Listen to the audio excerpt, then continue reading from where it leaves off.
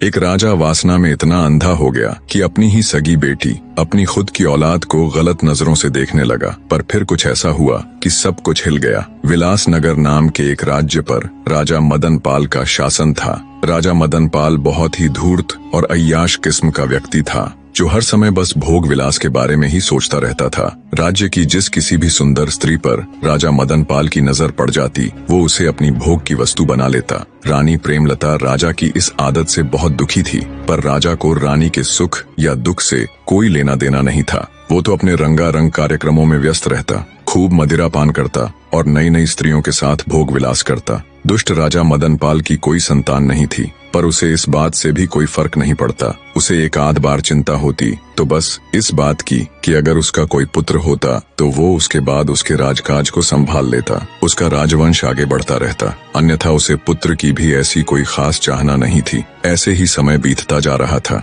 रानी प्रेमलता बेचारी किसी तरह अपने दिन काट रही थी। एक दिन रानी की तबीयत बिगड़ गई। राजवैद्य को बुलाया गया। जब राजवैद्य ने रानी की जांच की तो पता चला रानी प्रेमलता गर्भ से थी। ये खबर जब राजा मदन पाल को लगी तो उसे बहुत सुकून मिला। उसकी आदतों में कुछ सुधार होने लगा, पर यह सुधार बहुत ही कम समय तक था। 9 माह बाद रानी प्रेमलता ने एक बहुत ही अद्भुत और सुंदर कन्या को जन्म दिया। पुत्र की राह देखने वाले राजा को जब इसकी खबर लगी तो उसके खून का पानी होते देर न लगी। उसने तुरंत रानी के पास संदेशा भिजवाया कि उसकी कोख से जन्म लेने वाली लड़की का वो कभी मुख तक नहीं देखेगा। वो अपनी बेटी को मुझसे दूर ही रखे। अगर कभी मुझे वो नजर आई तो मैं तुरंत रानी सहित उसको मृत्यु के घाट उतार दूंगा। बेचारी रानी को जब राजा का ये संदेश मिला तो वो खून का घूंट पीकर रह गई। इसके अलावा वो बेचारी और कर भी क्या सकती थी। अब रानी के पास एक सहारा था, तो वो थी उसकी नवजात कन्या। रानी को तो पुत्री के रूप में जैसे नया जीवन मिल गया था। अत्यंत सुंदर नयन नक्श वाली उस अद्भुत कन्या में